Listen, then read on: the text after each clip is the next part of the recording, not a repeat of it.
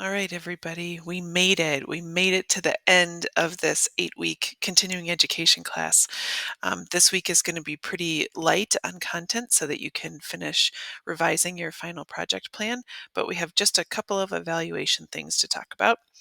So, really, this week, in terms of evaluation, is just trying to answer the question: did you set out to do what you intended to do? Did you accomplish what you thought about accomplishing when you first filled out that first week's, digital project planning worksheet? Um, is this project meeting the needs that you wanted to meet? And this is all really pretty recursive. You're going to read through this week's content and you're going to think about the questions and how different types of evaluation methods that you might want to use. But in terms of a real digital project, you're going to be asking yourself those questions all along as you go throughout the digitization week and the description week. And how much do each of those weeks impact the evaluating that you're going to be doing when you get to the end of your project?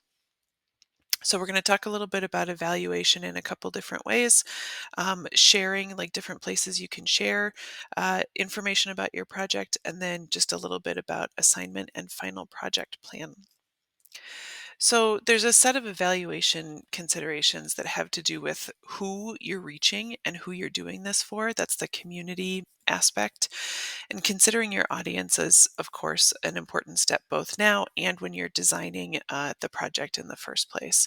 So the Digital Readiness Toolkit has some good information this week on identifying audiences, crafting user personas, which is something we kind of borrow from the marketing world, and then connecting with communities before, during, and after your project.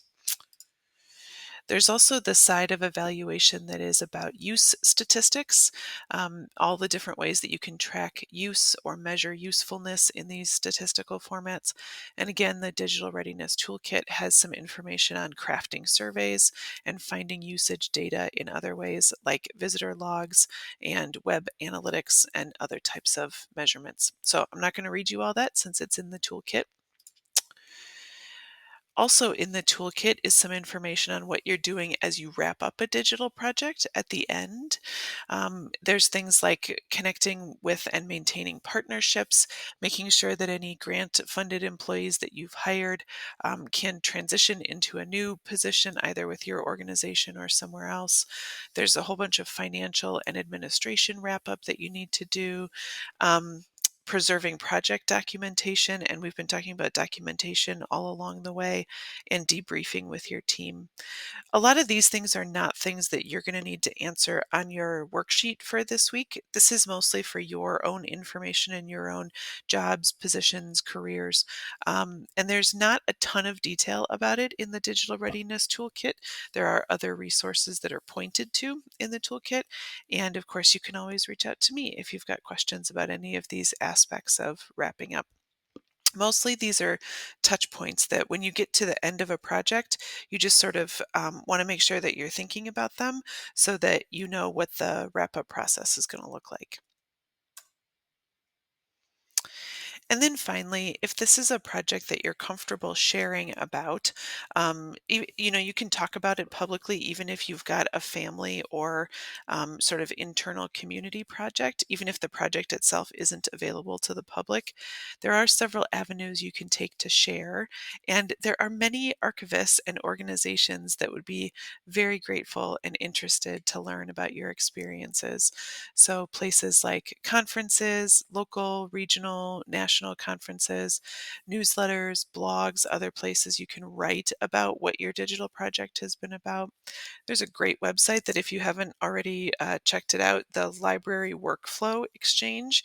It's not always kept super up to date, but I have found some really helpful workflows on that website. So, it's as good as the contributions that it gets. So if you write some workflows for your project that you feel comfortable sharing, I highly recommend sharing them to the Library Workflow Exchange. And then hosting events in your community or with your family or your academic institution to share about what the project has been like, lessons learned, the results of the project, that sort of thing. So this week's assignment, honestly, is really light. There's no discussion this week. The assignment itself is light because um, the final project revisions are going to be due this week as well. So for the final project, what you're going to do is take each of the previous sections and make any adjustments based on comments, discussions, readings, anything else you've learned throughout the semester. And I will tell you, I am looking to see what's different from, week 1 to week 8. And if you had a week or several where you hit it out of the park the first time, or you had all the answers the first time, or nothing changes, that's okay too. But I am looking to see if you've taken in information and applied it to what your project would look like.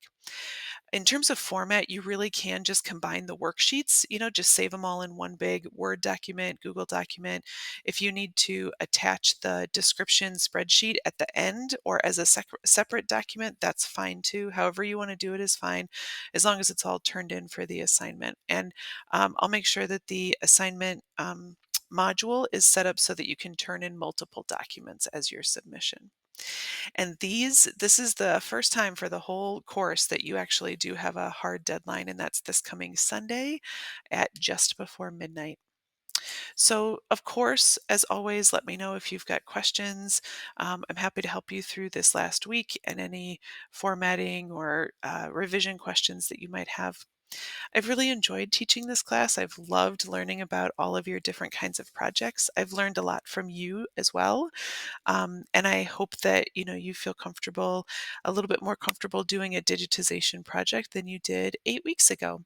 I would absolutely welcome feedback for future iterations of the class. I think continuing education from the iSchool is going to send out a survey, but if you feel comfortable and you want to email me and say this was great or this didn't work or I wish there was more content here, I'm completely open to that because I want this class to be as good as it can be in the future. And that's it. Thanks, everybody.